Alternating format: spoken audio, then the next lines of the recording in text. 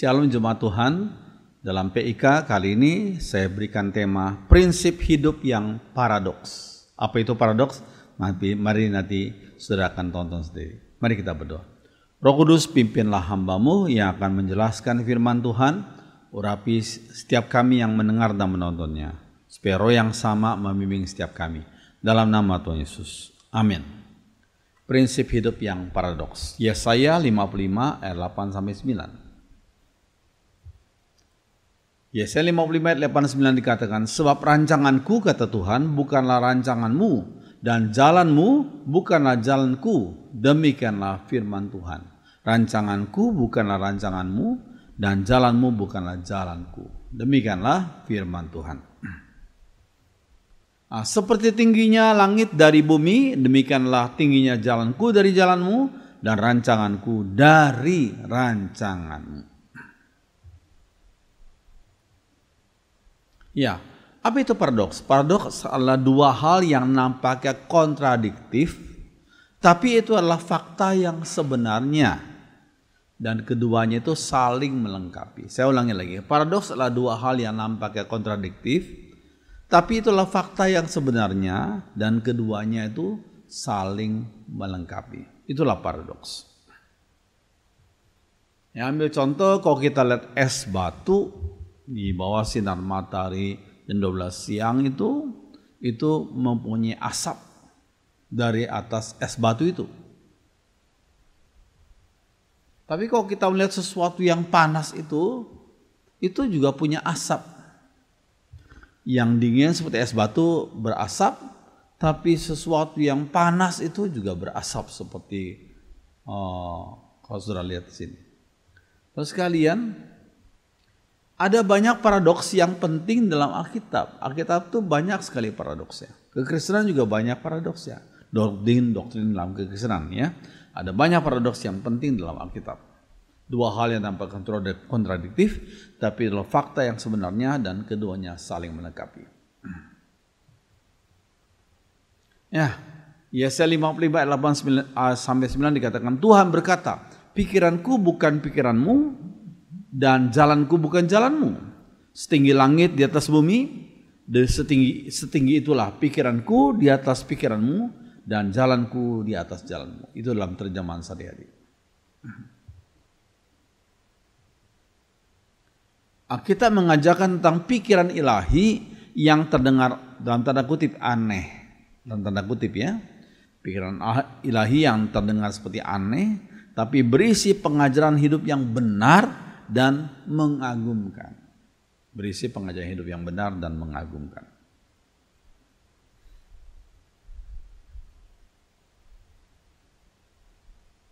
Nah, kita akan melihat beberapa hal yang paradoks, ya. Prinsip hidup yang paradoks. Pertama, memberi dahulu baru menerima, itu paradoks. Memberi dahulu baru menerima. Lukas 6 ayat 38. Berilah dan kamu akan diberi. Berilah dan kamu akan diberi. Itu paradoks pertama. Ya. Filsafat dunia berkata banyak kerja, cari rezeki sebanyak mungkin, menabung, menjadi kaya, dan jaga baik-baik hartamu. Jaga baik-baik hartamu. Itu prinsip dunia. Ingat, tapi kita perlu ingat, kekayaan dan ketenaran tidak identik dengan kebahagiaan. Kekayaan dan ketenaran tidak identik dengan kebahagiaan. Ya, ini ada seorang tokoh yang pernah hidup di dunia ini yang namanya Robin Williams. Itu dia hidup 1951 sampai 2014. Ini Robin Williams adalah seorang aktor terkenal, pelawak, presenter TV USA, Amerika Serikat. Tetapi ditemukan meninggal umur 63 tahun. Dia menggantung dirinya dengan memakai ikat pinggang di kloset rumahnya. Itu Robin Williams. Ini rumahnya seperti gini, ya. Inilah inilah rumahnya. Ya, jadi orang ini orang yang dalam tanda kutip sukses, tapi ternyata meninggalnya menggantung diri dengan memakai ikat pinggang di kloset rumahnya.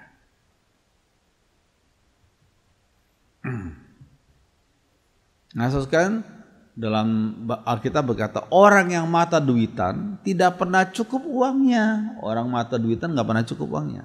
Orang yang gila harta tidak pernah puas dengan laba. Semuanya sia-sia.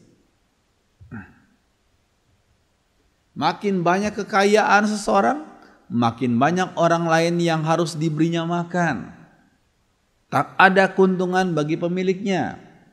Ia hanya tahu bahwa ia kaya. Ia tahu bahwa ia kaya, tapi ya itulah. Sudah lihat dalam Pengkhotbah 5 ayat 9 dan 10.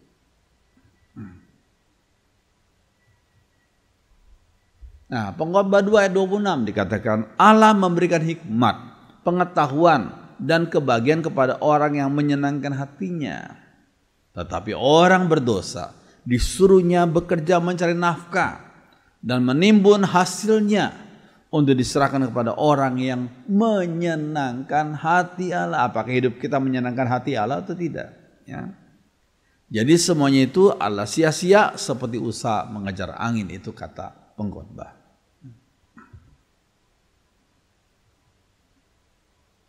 Nah, Allah adalah pemberi yang agung. Ya.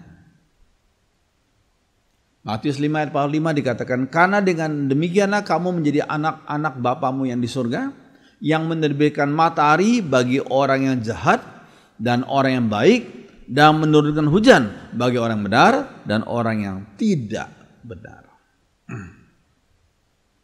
Allah adalah pemberi yang agung.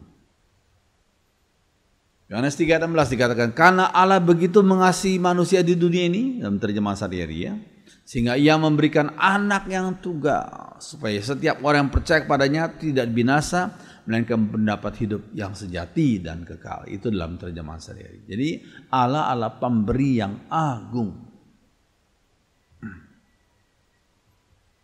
Sebagai anak-anaknya kita pun harus mengikuti teladan tersebut. Jangan pelit, jangan hidup egois, tapi kita harus mencontoh teladan Allah sebagai pemberi yang agung. Itu ya, puji Tuhan.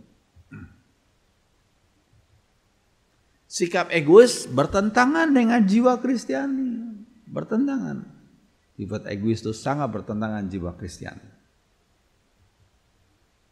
Oke, memberi bukanlah memancing untuk mendapat berkat lebih besar. Ini namanya motivasi bisnis. Ada sebagian orang, berilah, ya kamu akan diberkati berlimpah-limpah. Itu nampaknya baik hati memberi, tapi sebenarnya motivasinya untuk bisnis, memancing untuk mendapatkan berkat lebih besar. Ya. Ini ada sebagian orang yang salah tafsir dalam Galatia, dari Galatia 6 ayat 7. Ya, salah tafsirnya gimana? Jangan sesat, Allah tidak membiarkan dirinya dipermainkan, karena apa yang ditabur orang itu juga yang akan dituainya. Ada sebagian orang mengambil bagian ini untuk mendukung pengajarannya materialistis. Karena apa yang ditabur orang itu juga yang akan dituainya. Jadi kalau kamu menabur sedikit, kamu akan menuai sedikit, gitu ya. Jadi maksudnya akhirnya motivasi bisnis, ya. Konteks ayat Galatia 6 ayat 7, sebab barang siapa menabur dalam dagingnya. Nah ini konteksnya. Barang siapa menabur dalam dagingnya, ia akan menuai kebinasaan dari dagingnya. Tetapi barang siapa menabur dalam roh, yaitu Roh Kudus, ia akan menuai hidup yang kekal dari roh itu. Ini konteksnya. Jangan ditafsirkan dalam kacamata materialisme, ya. Jadi ini konteksnya, ya. Oke, mengapa memberi? Mengapa kita memberi? Ya. Itu kita memberi karena pertama mengikuti teladan Allah Bapa. Allah Bapa memang suka memberi, ya, sampai memberi anak yang tunggal. Ya. Yang kedua, mengapa memberi? Karena kasih Tuhan yang mendorong umatnya untuk memberi. Kasih Tuhan yang mendorong umatnya untuk memberi. Ya. Yang ketiga, yang berikutnya, soal berkat karena memberi itu lain perkara. Soal berkat karena memberi itu lain perkara. Ya. Berkat jangan hanya dilihat dari materi, ini penting sekali. Berkat jangan hanya dilihat dari segi materi. Ya. Berkat tuh macam kedamaian hati, itu luar biasa. Orang materinya banyak belum tentu hatinya damai. Ya. Berkat harus dilihat dari keluarga yang harmonis itu berkat yang luar biasa. Anak-anak yang bertumbuh baik, kesehatan, kemampuan, dan kesempatan untuk bekerja, berbisnis, dan melayani. Teman-teman yang baik dan lain-lain. Itu berkatnya harus dilihat dari keseluruhan. Jangan hanya dari materi saja. Ya. Oke.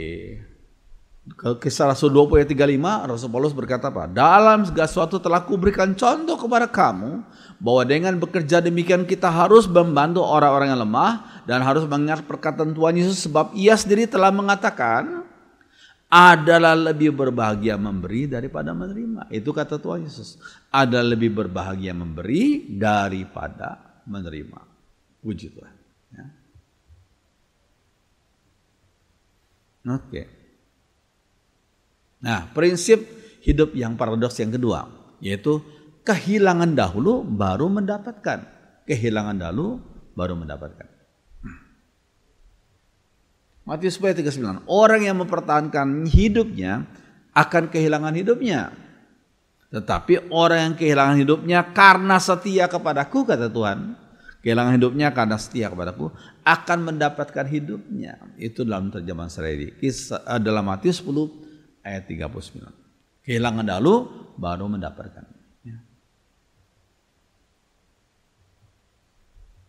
Ya, Yohanes 12 ayat 24-25 dikatakan, aku berkata kepadamu, kata Tuhan Yesus, sesungguhnya jikalau biji gandum tidak jatuh ke dalam tanah dan mati, ia tetap satu biji saja. Tapi jika ia mati, ia akan menghasilkan banyak buah. Saya pikir ini prinsip yang sangat dimengerti oleh orang-orang yang suka bertani, ya.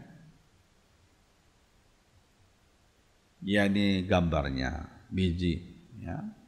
Ya, ditaruh di tanah kan mati, ya. Tetapi akhirnya bertumbuh. Ya. Lalu kemudian, Tuhan Yesus berkata apa lagi? Barang siapa mencintai nyawanya, ia akan kehilangan nyawanya. Tapi barang siapa tidak mencintai nyawanya di dunia ini, ia akan memeliharanya untuk hidup yang kekal. Puji Tuhan. Ya, ini dalam terjemahan Serairi. Yohanes 12 ayat 24 sampai 25. Ya, setelah mati disalib, Yesus disembah oleh para prajurit Romawi. Setelah waktu Yesus menyerahkan nyawanya kepada Bapaknya di surga, terjadi gempa bumi yang hebat. Lalu prajurit Romawi itu menyembah. Prajurit Romawi yang dulunya sebelumnya enggak percaya Yesus, ketika melihat hal itu dia menyembah Yesus yang mati di salib. Setelah mati di salib, Yesus disembah oleh para prajurit Romawi. Matius 27 ayat 54. Kepala pasukan dan prajurit-prajurit yang menjaga Yesus menjadi sangat takut ketika mereka melihat gempa bumi dan apa yang telah terjadi. Lalu berkata, sungguh ini tuh Yesus adalah anak Allah. Puji Tuhan. Ya.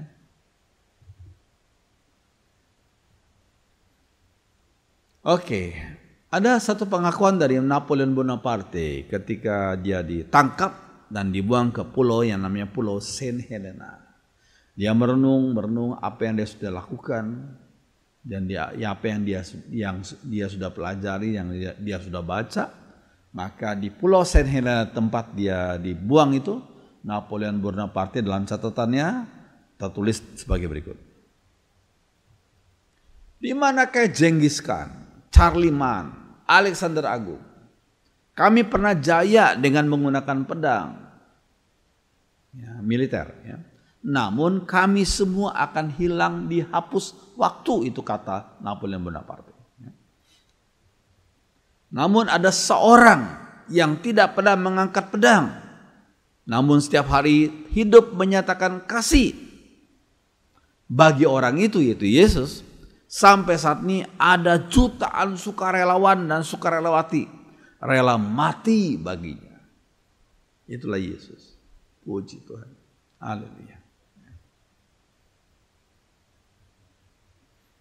Oke, prinsip hidup paradoks yang ketiga, yaitu kelemahan dahulu baru kekuatan. Kelemahan dahulu baru kekuatan.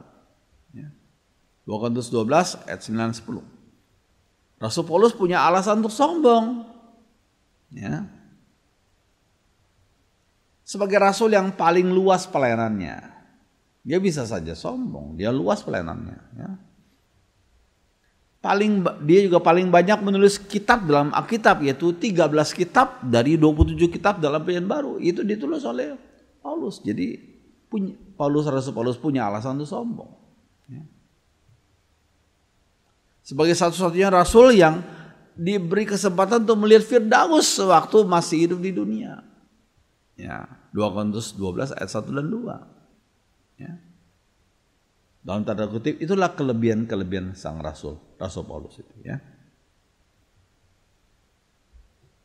Untuk mencegah agar hambanya tidak sombong, maka Tuhan izinkan iblis menggocok Paulus dan diberi duri dalam dagingnya. Dalam 2 Korintus 12 ayat 7.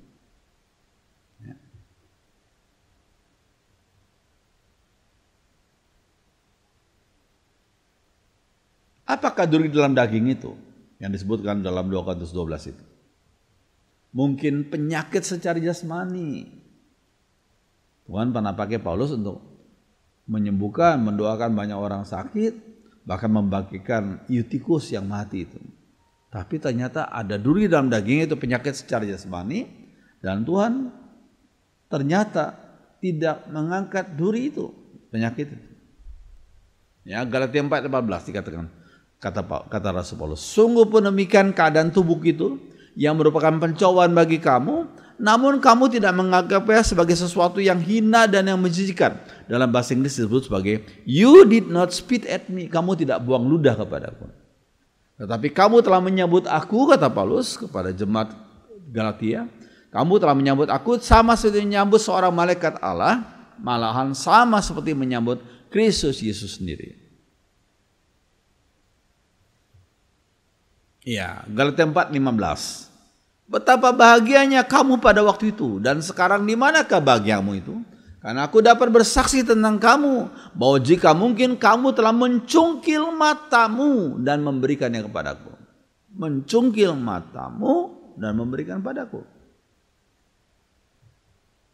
Nah, lihat Galatia 6 ayat 11.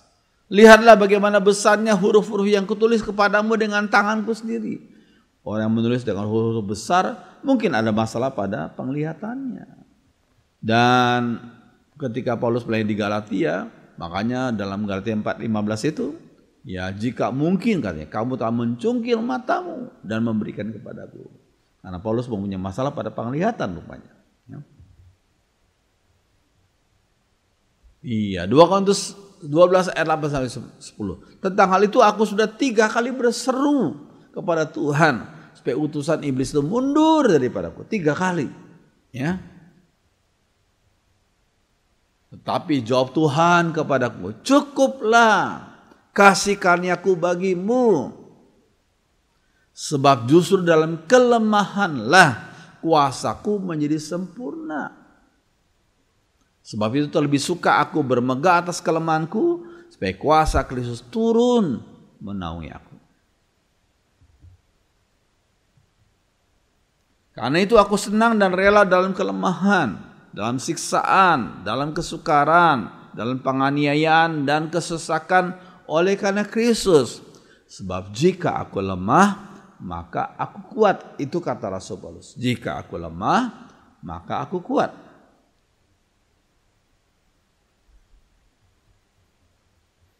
Iya. Mengalami kuasa Allah pada saat kita nggak berdaya. Alami kuasa Allah pada saat kita tidak berdaya. Ya. 2 Korintus 12 ayat 9. Tetapi Tuhan menjawab, aku mengasihi engkau. Dan itu sudah cukup untukmu. Sebab kuasaku justru paling kuat, kata Tuhan. Kalau engkau, hai Paulus, dalam keadaan lemah. Dalam keadaan lemah, dia sesungguhnya 100% bersandar pada Tuhan saja. Tapi kalau dia rasa kuat, dia nggak perlu bersandar pada Tuhan. Ya. Itu sebabnya saya lebih senang membanggakan kelemahan-kelemahan saya, kata Rasul Paulus. Sebab apabila saya lemah, maka justru pada waktu itulah saya merasakan Kristus melindungi saya dengan kekuatannya. Ini dalam terjemahan sehari-hari. Ya.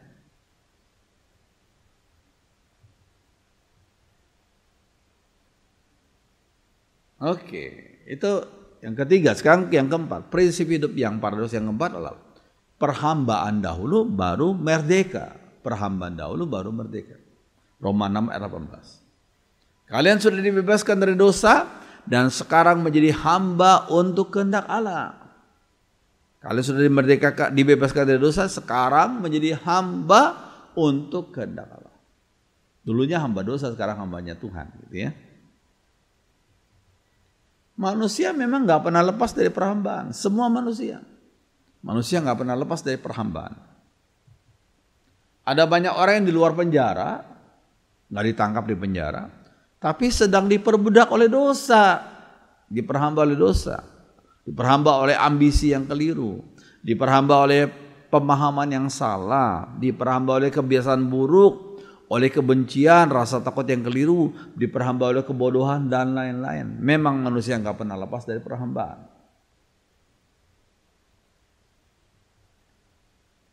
Ya, tanpa disadari mereka sebenarnya sedang di dalam perhambaan itu sendiri.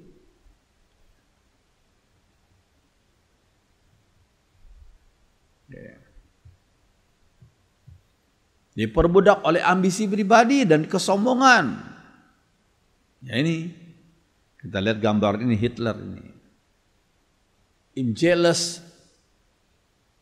on the Jews. Ada semacam iri hati kepada orang Yahudi yang muncul dalam hatinya Hitler waktu lalu. Ya, Perang Dunia Kedua. They do everything better than me. Ini pemahamannya Hitler. Orang-orang Yahudi kok bisa melakukan hal yang baik lebih daripada saya lakukan, gitu ya. Jadi ada semacam iri hati kepada orang itu. Makanya dia bunuh orang-orang yang bisa sebanyak 6 juta orang itu. Dia Hitler diperbudak oleh apa? Oleh ambisi pribadi, oleh kesombongan, oleh iri hati, ya, juga minder, ya, kalah bersaing. Tapi dia lampiaskan, dia kompensasikan dengan kebencian dan membunuh jutaan orang Yahudi, ya, pada Perang Dunia Kedua itu. Ya, ada juga sebagian orang diperbudak oleh ilusinya, ambisi kekuasaan, kebencian dan pemahaman yang keliru. Ada sebagian orang yang diperhamba oleh seperti itu, ya. Nah ini orang ini sudah meninggal, ya. Dia penuh dengan kebencian terhadap sebagian orang lainnya, ya. Diperbudak oleh ilusi, ambisi kekuasaan, kebencian dan pemahaman yang keliru. Ini adalah yang namanya pemimpin Islamic State of Iraq and Syria yang namanya Abu Bakar al-Baghdadi Khalifah. Ini sudah meninggal, ya. Tewas dia. Oke. Ada sebagian orang diperbudak oleh kebiasaan buruk. Ya. Ini ada orang diperbudak oleh judi, ya. Ada orang diperbudak oleh rokok, ya. Ada orang diperbudak oleh rakusan, ya. Ada orang diperbudak oleh ini minuman keras ini, ya, diperbudak, ya.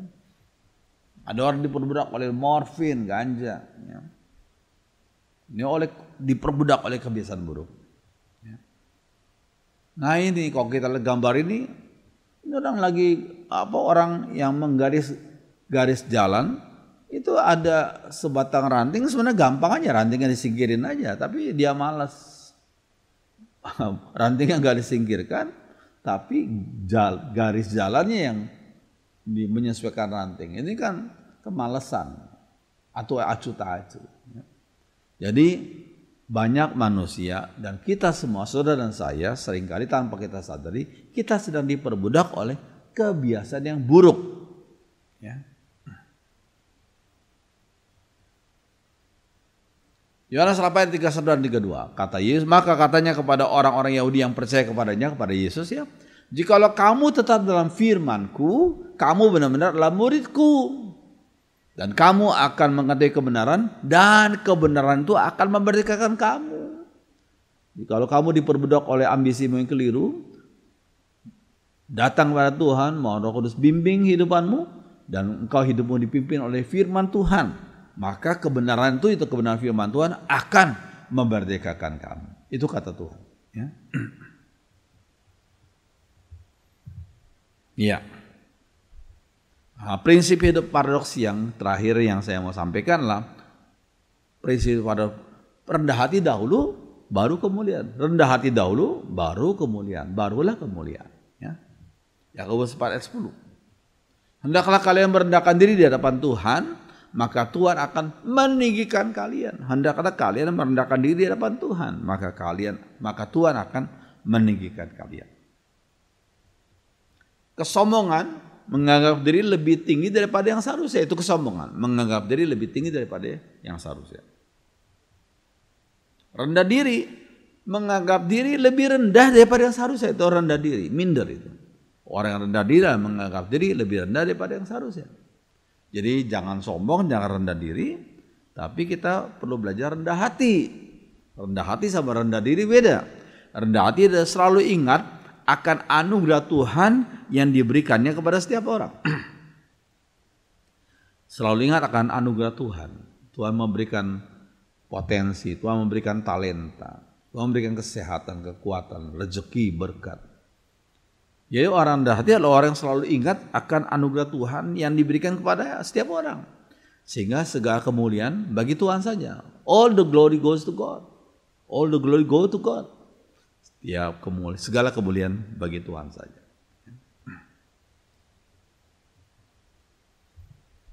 Nyanyian Lucifer yang sombong itu dalam Yesaya 14 ayat 12 sampai 15. Wah, kata Lucifer, engkau sudah ini setelah Lucifer itu jatuh ya. Wah, engkau sudah jatuh dari langit, hai bintang timur, putra fajar. Engkau sudah dipecahkan dan jatuh ke bumi, hai yang mengalahkan bangsa-bangsa.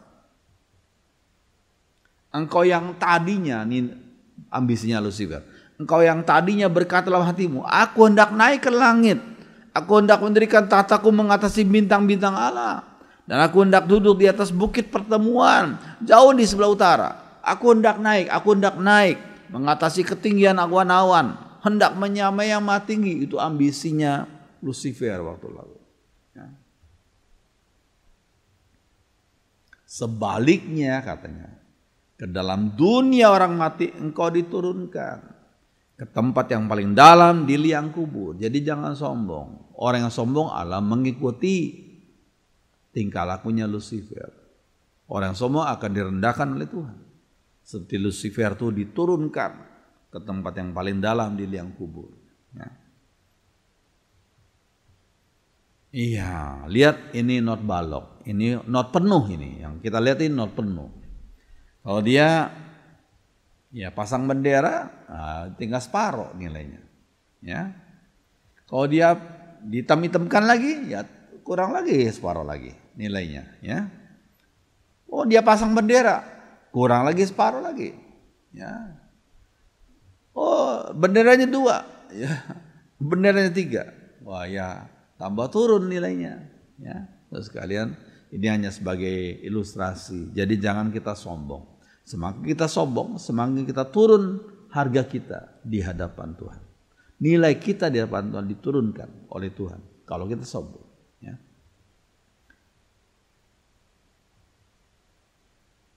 Nyanyian Tuhan Yesus, ini berbeda dengan nyanyian Lucifer dalam Filipi 2:5-11.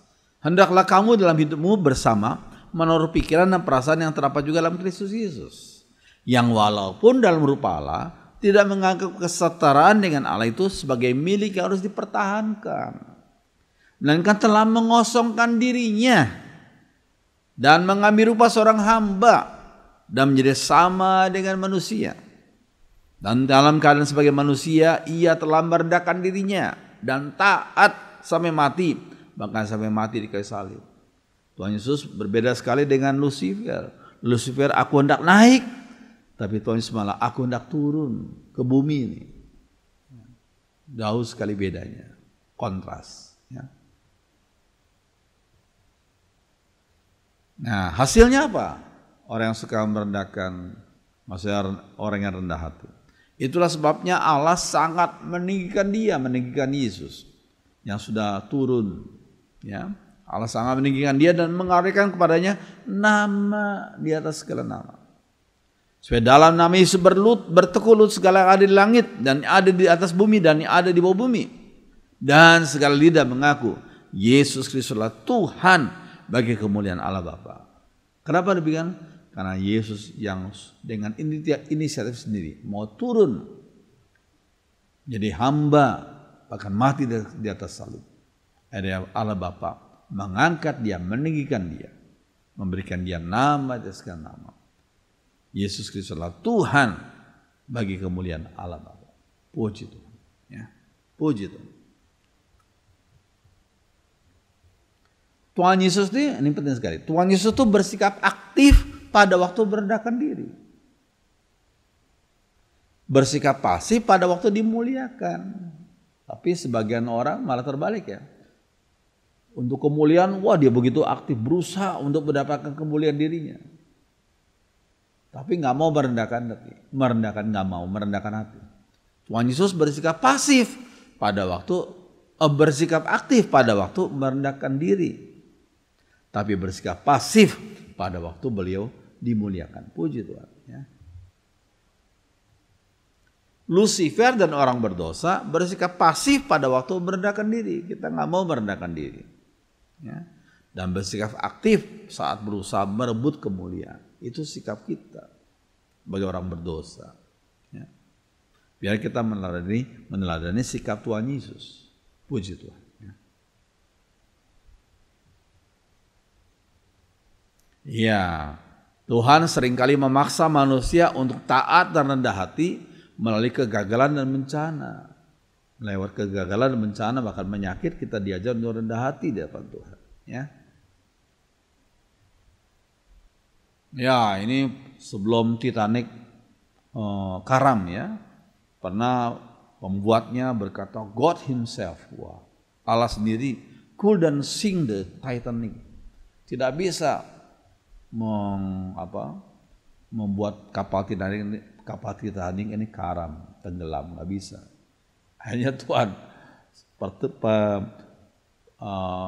pelayaran pertama udah karam dia. Karena sombong, ya, Titanic. Ya. Nah ini juga yang dikatakan oleh John Lennon, ya, ketika Beatles itu masih jaya-jayanya, John Lennon pernah berkata, "We are more popular than Jesus now." Kami lebih populer daripada Yesus sekarang. I don't know which will go first. Saya tidak tahu yang mana yang harus duluan, rock and roll or Christianity, katanya. Yang mana yang lebih duluan, rock and roll atau Kristenan? Itu kata John Lennon. Sekarang John Lennon sudah habis, sudah mati, ditembak. Beatles cuma 10 tahun kalau tidak salah. Bubar ya. Jadi jangan sombong. Kalau kita sukses, jangan sombong. Ya. Ya, dari 5 hal yang kita sudah lihat sekarang, prinsip hidup yang paradoks. Yang pertama yang tadi kita sudah pelajari, memberi dahulu baru menerima. Yang kedua, kehilangan dahulu baru mendapatkan. Yang ketiga, kelemahan dahulu baru kekuatan. Yang keempat, perhambaan dahulu baru merdeka.